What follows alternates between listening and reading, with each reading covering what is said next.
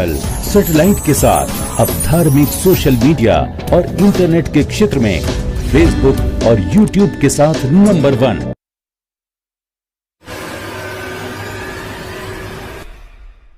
हमारे विभिन्न कार्यक्रम को सबसे पहले देखने के लिए हमारे YouTube चैनल संस्कार ज्ञान को अभी सब्सक्राइब करें और वीडियो को लाइक शेयर करें। श्री रामचरितमानस अर्थात मानस, मानस का अर्थ है मन।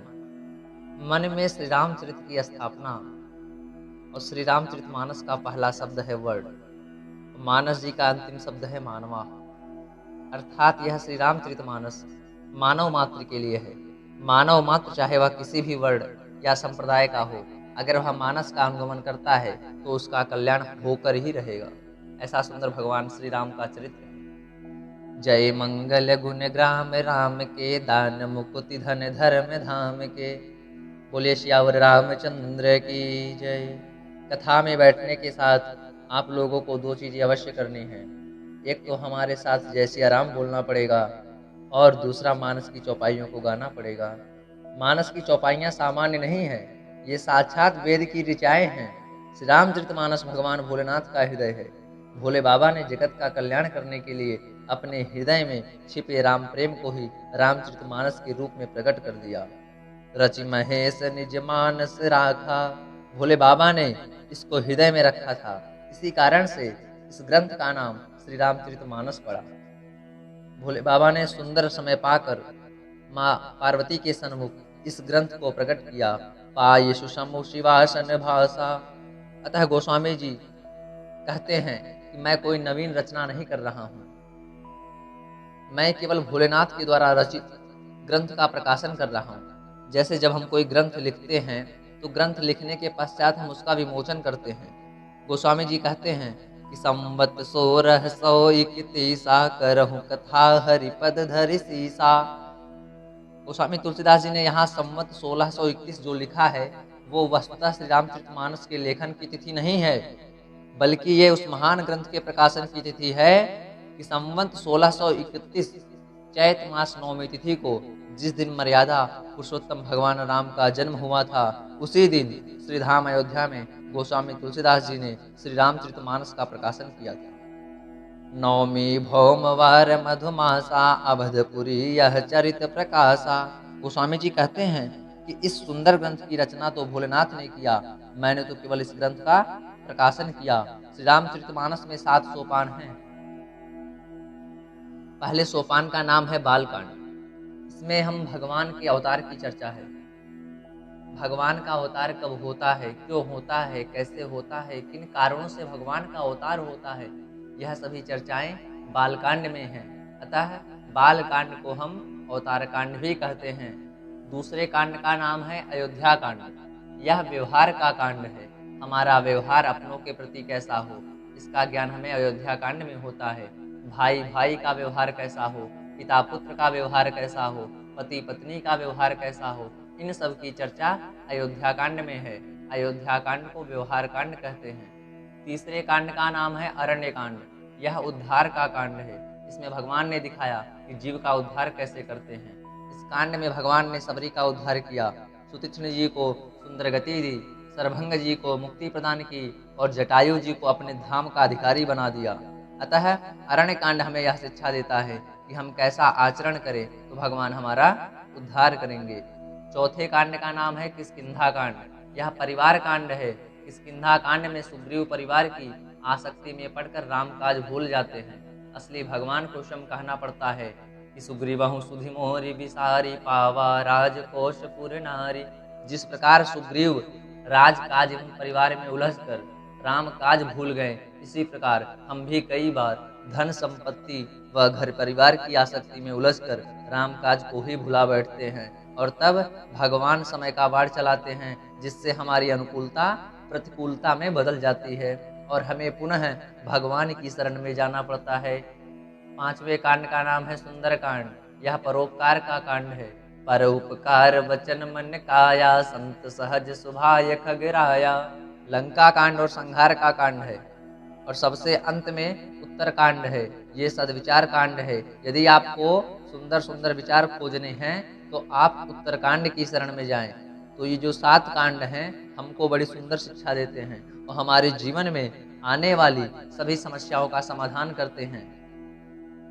आइए अब हम अपने गुरुदेव भगवान के चरण कमलों में प्रणाम करके मानस के पट को खोलने का प्रयास करते हैं। गुरुर्ब्रह्मा गुरुर्विष्णु गुरुर्देवो महेश्वरः गुरुर्साक्षात् परब्रह्म तस्मै श्री गुरुवे नमः। गोस्वामी जी ने 7 श्लोकों में मंगलाचरण किया है। गोस्वामी जी ने 7 श्लोकों में ही मंगलाचरण क्यों किया, इस पर संतों ने बहुत सुंदर सुंदर भाव दिए हैं। श्री रामचरितमानस में 7 कांड हैं, अतः गोस्वामी जी ने एक एक कांड के निमित्त एक एक श्लोक की रचना की। अथवा मानो संगीत में 7 स्वर होते हैं, संगीत में 7 स्वर होते हैं और रामचरितमानस की प्रत्येक चौपाइयाँ की ये विशेषता है कि उनको संगीत के स्वर में किसी भी स्वर में गाया जा सकता है। 7 स्वरों में किसी भी स्वर में गाया जा सकता है। इसलिए भी गोस्वामी जी 7 श्लोक में मंगलाचरण करते हैं। इस धरती में सप्तद्वीप और 7 समुद्र हैं। गोस्वामी जी को पता था कि उनके नायक श्री राम 7 द्वीपों और 7 समुद्रों के अधिपति होंगे। अतः इस रहस्य को प्रकट करने के लिए गोस्वामी जी ने 7 श्लोकों में मंगलाचरण किया। अथवा सप्ताह में कुल 7 दिन होते हैं और हम किसी भी दिन से मानस की चौपाइयों का पाठ आरंभ कर सकते हैं। दीनानाम नियमो नास्ति, दीनानाम नियमो नास्ति। गोस्वामी तुलसीदास जी ने प्रथम श्लोक में वाणी और विनायक को प्रणाम करते हैं। वर्णानाम अर्थ संघानाम रसानाम छंदसामपि मंगलानाम च कर्तारो वंदे वाणी विनायको। गोस्वामी जी कहते हैं कि मैं अक्षरों, अर्थ समूहों, रसों, छंदों और मंगलों की करने वाली माँ सरस्वती और गणेश जी की वंदना करता हूँ। किसी ने गोस्वामी जी से पूछा कि महाराज प्रथम पूज्य तो गणेश जी हैं, फिर आपने सर्वप्रथम वाणी की वंदना क्यों की? गोस्वामी जी कहते हैं कि यदि गणेश जी महाराज प्रथम पूज्य हैं, इसका ज्ञान हमें सरस्वती माता ने ही करवाया है, जिसके द्वारा हमें ज्ञान हुआ कि गणेश जी प्रथम पूज्य हैं, उनको सर्वप्रथम प्रणाम करना है। गोस्वामी जी ने सर्वप्रथम वाणी और विनायक की वंदना ही की, क्योंकि दोनों ही मंगल के करता हैं। मंगलम दिशतु नो विनायको मंगलम दिशतु नः सरस्वती, और दोनों ही रामोपासक हैं। सबसे बड़ी बात की माता सरस्वती और गणेश जी महाराज दोनों रामोपासक। जहाँ भी राम कथा होती है वहाँ सरस्वती माता ब्रह्मलोक को छोड़कर दौड़ती हुई आती है और उनका श्रम तभी दूर होता है जब वे आकर मानस के सरोवर में स्नान करती हैं। इससे स्पष्ट हो जाता है कि माता सरस्वती रामोपासक हैं। भगति हेतु विधि भवन बिहाई सुमिरत शारद यावत धाई रामचरित सर बिनु अनवाए सो श्रम में जाई न कोटि उपाय।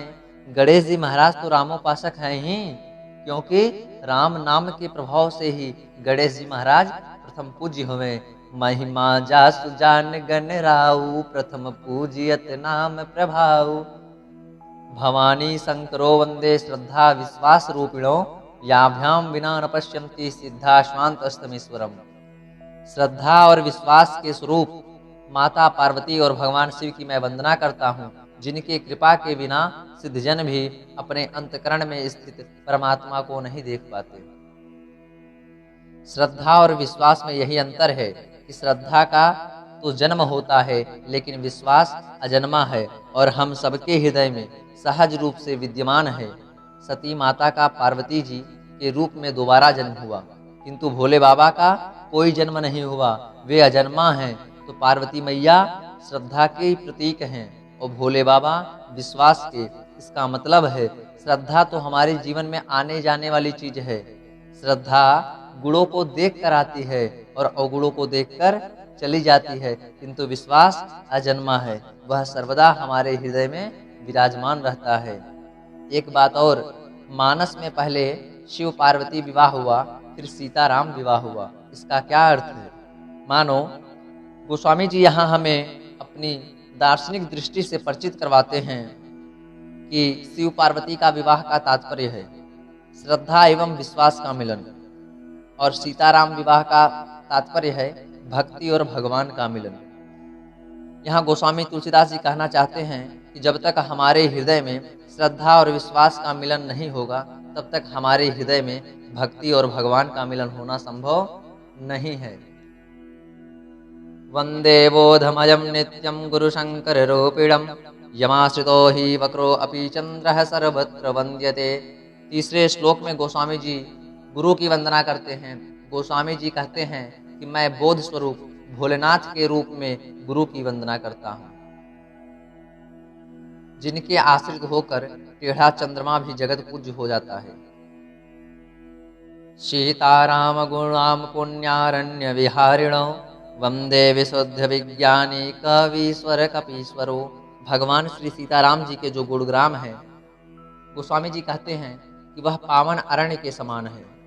गोस्वामी जी ने विचार किया कि जब हम बिना किसी मार्गदर्शक के वन में विचरण करते हैं तो हमारे भटकने का भय होता है, किंतु जब हम किसी कुशल मार्गदर्शक के आश्रय में यात्रा करते हैं तो हमारे भटकने का भय समाप्त हो जाता है। गोस्वामी जी को लगा कि कहीं मैं भगवान श्री सीताराम के गुणग्राम रूपी पुण्य अरण्य में ना भटक जाऊं, इसलिए मैं भगवान श्री सीताराम के गुणग्राम रूपी पावन अरण्य में पूर्णतया परिचित श्री हनुमान जी एवं श्री वाल्मीकि जी की वंदना करते हैं। मानव गोस्वामी एवं श्री वाल्मीकि जी की वंदना करते हैं। मानव गोस्वामी जी का भाव है कि जब भी वे मानस अरण्य में बैठेंगे तब तक विशुद्ध विज्ञान संपन्न कवीश्वर और कपीश्वर गोस्वामी जी का मार्गदर्शन करेंगे। उद्भव स्थिति संहार कारणी क्लेश हारिणीम सर्वश्रेयसकरी सीताम नतोहम राम वल्लभम।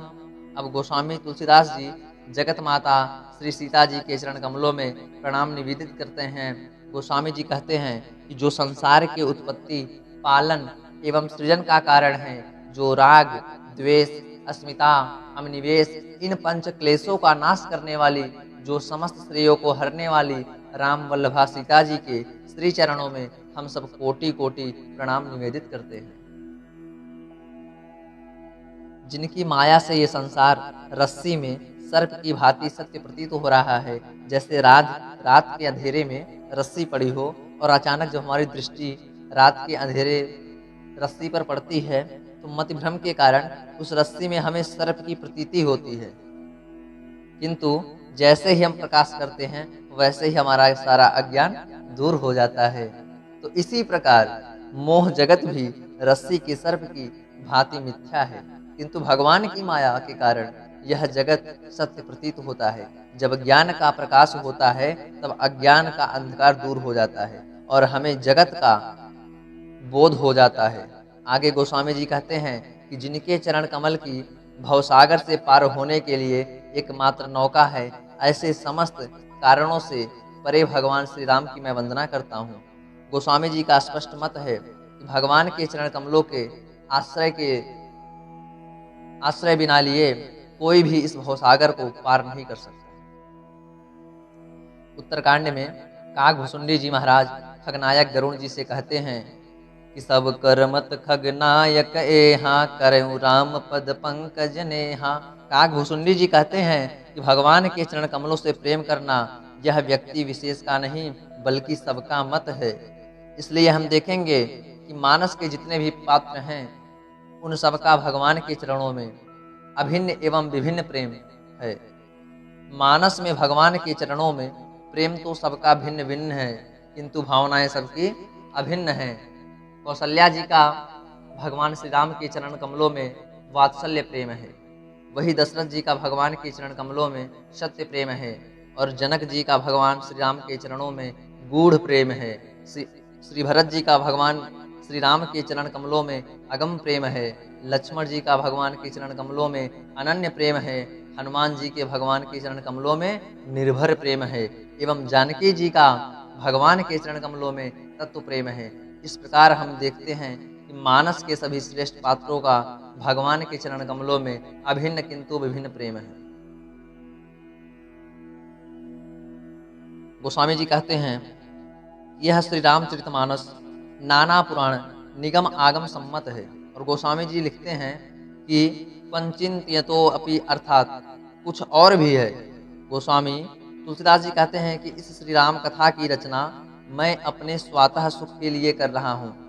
गोस्वामी जी ने उत्तरकांड के अंत में लिखा है, सुंदर सुजान कृपा निधान अनाथ पर कर प्रीति जो, सो एक राम अकाम हित निर्बान प्रद सम आन को, जान कृपा लवलेश ते मति मंद तुलसीदास हु, पायो परम विश्राम राम समान प्रभु नाही कहूँ। गोस्वामी तुलसीदास जी सर्वप्रथम 500 रुपये में पंचदेव वंदना करते हैं, गुरु वंदना। तत्पश्चात गोस्वामी तुलसीदास जी गुरुदेव की वंदना करते हैं कि बंदहु गुरु पदु पदुम परागा, सुरचि सुबास रसय अनुरागा। गोस्वामी जी कहते हैं कि मैं गुरुदेव के चरण रज की वंदना करता हूँ, जो अनुराग रूपी रस परिपूर्ण है। यदि किसी की आंखों में रज के कण चला जाए तो उसकी आंखें बंद हो जाती हैं, किंतु गुरुदेव के चरण रज का ऐसा दिव्य प्रभाव है कि यदि गुरुदेव के चरण रज आंखों में पड़ जाए तो आंखें खुल जाती हैं। और हमारे भीतर के 2 नेत्र हैं जिनका नाम है ज्ञान और वैराग्य। हमारे जीवन में जो भी उपलब्धियां हैं वो सब गुरु की ही कृपा का परिणाम है। भगवान श्री राम ने पग पग पर गुरु की महिमा का बखान किया है। यदि हम पूरे रामचरित को देखें तो हम उसे 2 भागों में बांट सकते हैं, पूर्व चरित्र और उत्तर चरित्र। ताड़का का वध, विश्वामित्र के यज्ञ की रक्षा, अहिल्या का उद्धार, धनुष भंग एवं श्री सीता जी से विवाह, यह भगवान का पूर्व चरित्र है। जब भगवान श्री राम जानकी से विवाह करके अयोध्या आए तो एक दिन की बात है, भगवान श्री राम पलंग पर लेटे हुए थे। तभी भगवान श्री राम के कोमल अंगों को देखकर कौशल्या माता ने भगवान राम जी से कहा कि हे तात, मार्ग में जाते हुए तुमने उस भयामनी ताड़का को कैसे मारा? हे तात, मैं बलिहारी जाती हूँ, तुमने दुष्ट मारीच और सुबाहु को मारकर विश्वामित्र के यज्ञ की रक्षा कैसे की? तुम्हारे चरणों की धूल लगते मुनि पत्नी अहिल्या कैसे तर गई? हे तात, तुमने पर्वत से भी ज्यादा कठोर शिव जी के धनुष को कैसे तोड़ दिया? ऐसा कहकर कौशल्या मैया सजल नेत्रों से प्रभु श्री राम को निहारने लगी। थोड़ी देर के पश्चात कौशल्या मैया भगवान से कहती हैं कि हे तात, तुम्हारे से भी कर्म अमानुषी है। मैं जानती हूँ तुमने ऐसे असंभव कार्य अपने गुरु की कृपा से ही किया है। सकल अमानुष कर्म तुम्हारे, केवल कौशिक कृपा सुधारे। इस प्रकार हम देखते हैं कि भगवान श्री राम के पूर्व चरित्र में गुरु कृपा की ही प्रधानता है। जब भगवान श्री राम का उत्तर चरित्र वनवास के अपार चरित्रों से भरा हुआ है, तो भगवान श्री राम के उत्तर चरित्र में मुख्य हैं भगवान राम के द्वारा रावण का वध। जब भगवान श्री राम रावण का वध करके बंदर भालुओं के संग पुष्पकारूढ़ होकर श्रीधाम अवध पधारे, तब भगवान श्री राम ने समस्त बंदर भालुओं को गुरुदेव वशिष्ठ जी को प्रणाम करने के लिए कहा। भगवान श्री राम बंदर भालुओं का गुरुदेव वशिष्ठ जी का परिचय कराते हुए कहते हैं कि गुरु वशिष्ठ कुल पूज्य हमारे, इन्हीं की कृपा धनुज रन मारे। भगवान श्री राम बंदर भालुओं से कहते हैं कि गुरु वशिष्ठ की कृपा से ही हमने युद्ध में निशाचरों का वध किया। इस प्रकार हम देखते हैं कि भगवान श्री राम का पूर्व चरित्र जहाँ गुरु विश्वामित्र की कृपा पर निर्भर है, वहीं भगवान श्री राम का उत्तर चरित्र गुरु वशिष्ठ की कृपा पर निर्भर है। अतः भगवान श्री राम अपने चरित्र के माध्यम से हमें यह शिक्षा देते हैं कि हमारे जीवन में जो भी उपलब्धियां हैं वो सब गुरु की ही कृपा का परिणाम है। गुरु वंदना के पश्चात गोस्वामी तुलसीदास जी ब्राह्मणों और संतों की वंदना करते हैं। आइए हम लोग भी करते हैं। मुद मंगलमय संत समाजो, जो जग जंगम तीर्थ राजू, राम भक्ति जह सुर सरिधारा, सरसय ब्रह्म विचार प्रचारा, विधि निषेधमय कलिमल हरणी, कर्म कथा रविनंदनी बरनी। गोस्वामी तुलसीदास जी कहते हैं कि संतों का समाज चलता फिरता हुआ तीर्थराज प्रयाग है। संतों के समाज में जो राम भक्ति की सरिता प्रवाहित होती है वही मानो गंगा का स्वरूप है। संतों के समाज में जो भी ज्ञान की चर्चा होती है वही मानो सरस्वती का स्वरूप। संतों के समाज में जो विधि निषंध की चर्चा होती है वही मानो रवि तनुजा यमुना का स्वरूप है। यह ध्यान देने वाली बात है कि तीर्थराज प्रयाग में गंगा यमुना तो प्रकट हैं किंतु सरस्वती जी गुप्त हैं। ज्ञातव्य हैं कि सरस्वती जी यहाँ गुप्त हैं, लुप्त नहीं हैं। इस प्रकार जो संतों का समाज रूपी तीर्थराज प्रयाग है वहाँ भी भक्ति एवं कर्म तो प्रकट रहते हैं किंतु ज्ञान रूपी सरस्वती सदैव गुप्त रहती हैं। ज्ञान की शोभा ही भक्ति और कर्म में छिपे रहने में है, क्योंकि ज्ञान जब प्रकट होता है तब वह अभिमान का रूप धारण कर लेता है। अतः ज्ञान शोभा रहकर क्रियाविंत होने में है। गोस्वामी तुलसीदास जी कहते हैं कि तीर्थराज प्रयाग में स्नान करने से चारों पुरुषार्थों की प्राप्ति होती है किंतु वे चारों फल इसी जीवन में मिलेगा या मरने के बाद मिलेगा, इसमें संदेह है। जो भी भक्तजन इस संत रूपी प्रयाग में स्नान करेगा उसे इसी जीवन में चारों पुरुषार्थों की प्राप्ति हो जाएगी, इसमें कोई संदेह नहीं है। सुनि समुझई जनम उदित मन मज्जहि अति अनुराग लहई चारि फल अछत तनु साधु समाज प्रयाग। गोस्वामी तुलसीदास जी संतों को प्रणाम करते हुए कहते हैं, वेदाऊ संत समान चित हित अनहित नहीं कोई अंजलिगत शुभ सुमम जिमि समत सुगंध कर दोय। संतों का चित्त समान होता है। संत में साधारण व्यक्ति में ही यही अंतर होता है। संतों का चित्त समान होता है और संत में और साधारण व्यक्ति में यही अंतर होता है कि संत का चित्त समान होता है, हमारे चित्त में असमानता होती है।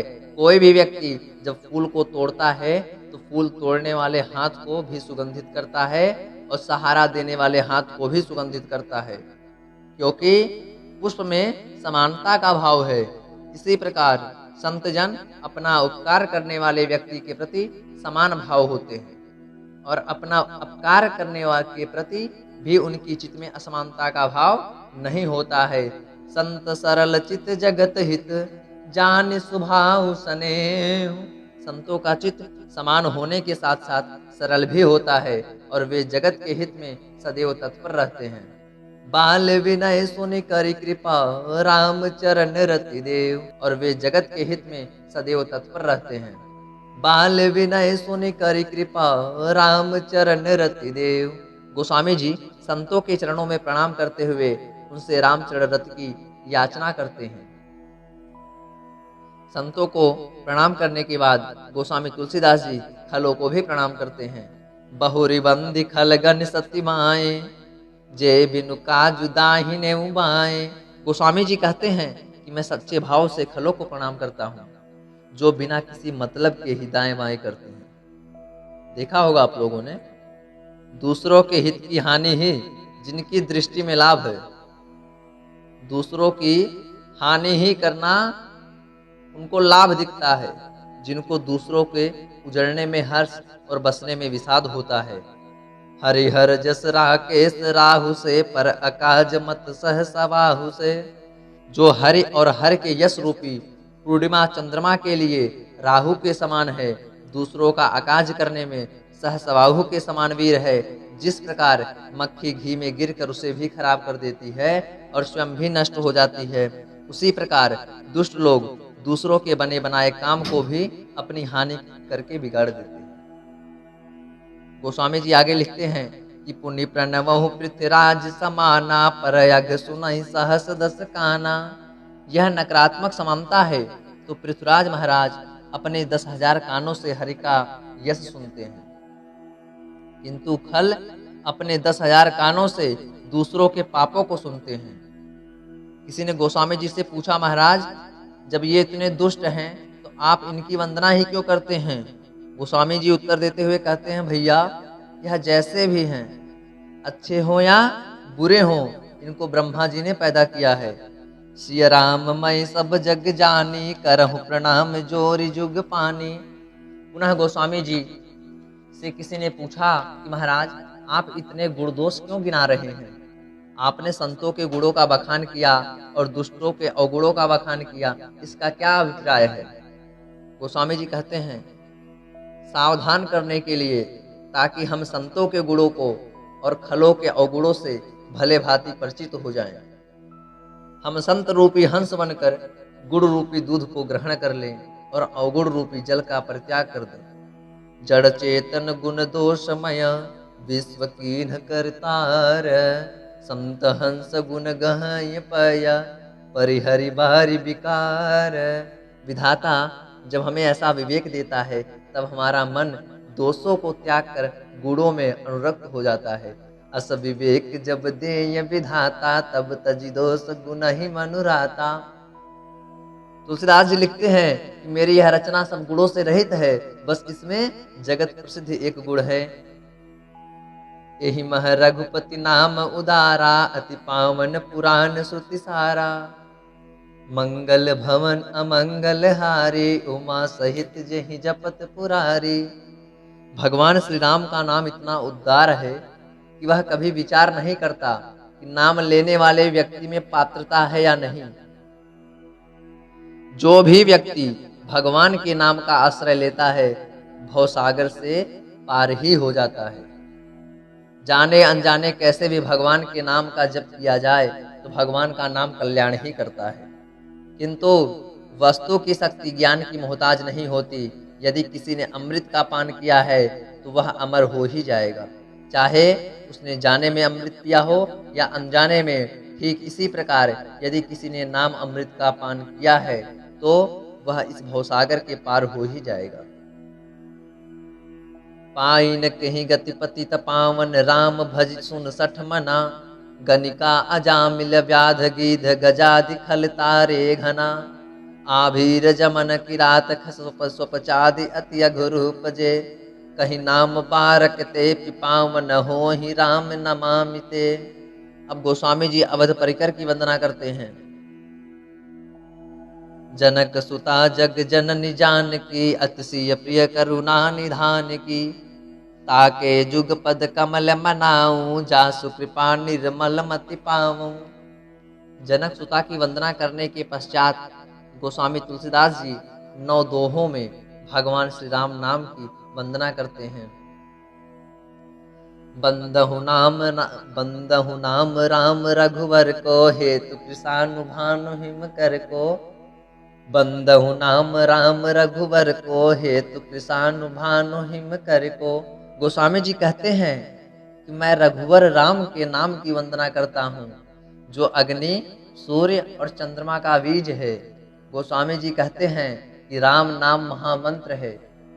क्या साक्षात भगवान शिव इस मंत्र का अहिर्निश जप करते हैं, अनगिनत जप करते हैं, और इसी राम नाम के प्रभाव से वे काशी में मरने वाले लोगों को मुक्ति प्रदान करते हैं। महामंत्र जहि जपत महेशु, काशी मुक्ति हेतु उपदेशु। माँ जासु जान गणराऊ, प्रथम पूजियत नाम प्रभाऊ। राम नाम की महिमा को जानकर गणेश जी महाराज प्रथम पूज्य भगवान भोलेनाथ का आदर्श परिवार। भगवान भोलेनाथ के परिवार में जितने सदस्य हैं सभी नाम जापक हैं। भगवान शिव, माता पार्वती, गणेश जी सभी नाम जापक हैं। इसलिए जितनी शक्ति और शांति भगवान शिव के परिवार में है, इतनी अनन्य कहीं भी नहीं है। भगवान श्री राम का नाम ब्रह्मा से भी बड़ा है, राम से भी बड़ा है। एक बार देवता, दैत्य और मानव तीनों भगवान शिव के पास पहुँचे और तीनों में आपस में झगड़ा हो गया। काहे बात के लिए? बोले हमको रामचरित्र चाहिए। तीनों भोलेनाथ से कहते हैं, कौन? देवता, दैत्य और मानव, कि आपने जो 100 करोड़ श्लोक मानस में रखे हैं, कृपा करके हमें प्रदान कर दीजिए। देवता कह रहे हैं हमें दे दीजिए, दानव कह रहे हैं हमें दे दीजिए, मानव कह रहे हैं हमें दे दीजिए। विचार तो कीजिए, कैसा अद्भुत यह रामचरितमानस है। देवता और मानवों की बात ही क्या, दैत्य भी इस रामचरितमानस के लिए लालायित रहते हैं। बाबा ने सबको समझाते हुए कहते हैं कि बैर मत करो, भगवान शिव का ऐसा सुंदर चरित्र है, पास जाते ही बैर भाव सदा सर्वदा के लिए समाप्त हो जाता है। भगवान श्री के दरबार में बैल और सिंह एक साथ रहते हैं, चूहा और सर्प एक साथ रहते हैं, यहाँ तक कि मयूर और सर्प भी बैर भाव त्याग कर परस्पर साथ में रहते हैं।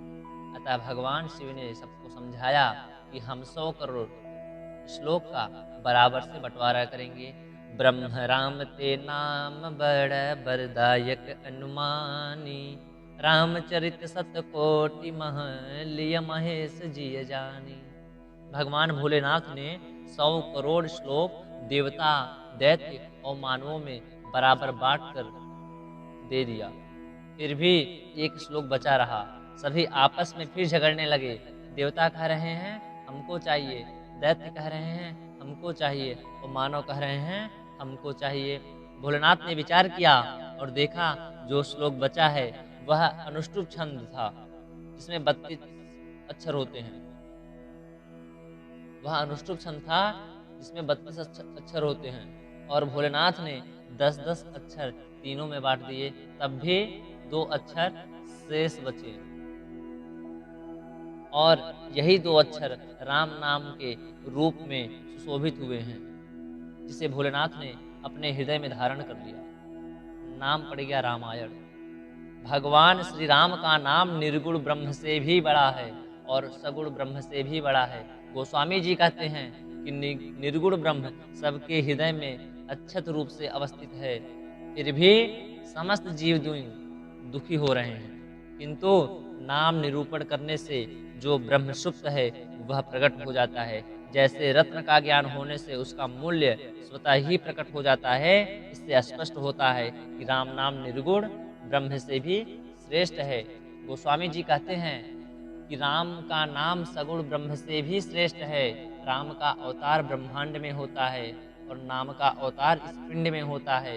राम जी ब्रह्मांड में अवतार लेकर जो जो काम करते हैं उनका नाम इस पिंड में अवतरित होकर वो सारे कार्य बड़ी ही कुशलता से संपादित कर देता है। विचार करें कि कैसे नाम राम से बड़ा है। बालकांड। राम एक तापस तारी, नाम कोटि खल कुमति सुधारी। श्री राम ने एक अहिल्या का उद्धार किया, परंतु नाम ने तो करोड़ों दुष्टों की बिगड़ी हुई बुद्धि को सुधार दिया। अयोध्या कांड, अरण्य कांड। दंडक बन प्रभु कीन्ह सुहावन, जन मन अमित नाम किय पावन। सबरी गीध सुसेवकनि, सुगति दीन्हि रघुनाथ। नाम उधारे अमित खल, वेद विदित गुण गाथ।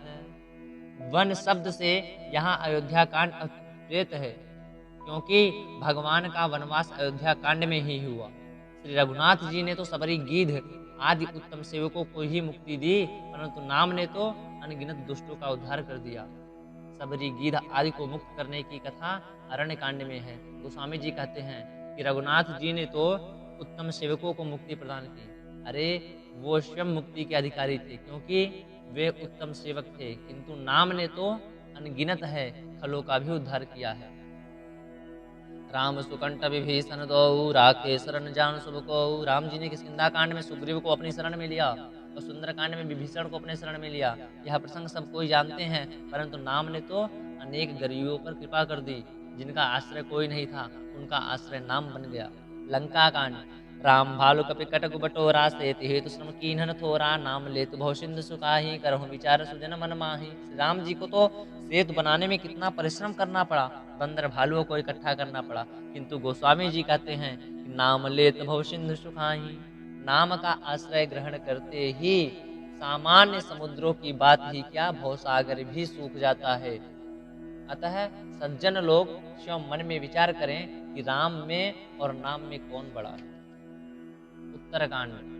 राम सकुल रन रावण मारा, सिय सहित निज पुर पगुधारा। राजा राम अवध राजधानी, गावत गुण सुर मुनि बरबानी। सेवक सुमिरत नाम सप्रीति, बिनु श्रम प्रमल मोह दल जीती। फिरत स्नेह मगन सुख अपने, नाम प्रसाद सोच नहीं सपने।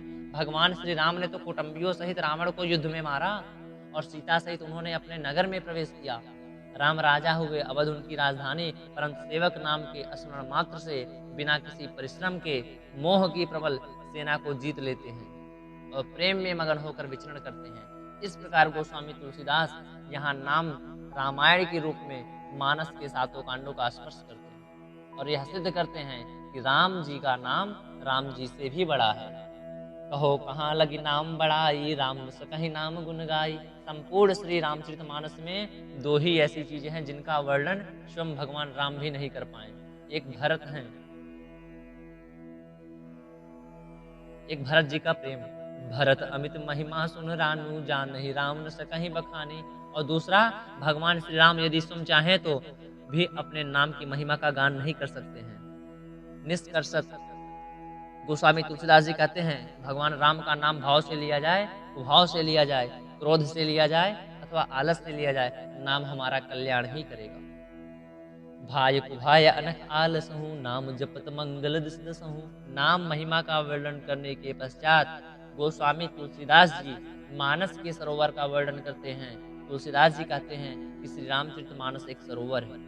जैसे सरोवर के 4 घाट होते हैं, ऐसे ही श्री रामचरितमानस सरोवर के भी 4 घाट हैं।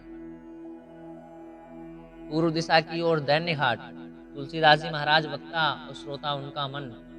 पश्चिम दिशा की ओर ज्ञान घाट है, जिसके वक्ता भगवान शिव और एवं श्रोता माता पार्वती हैं।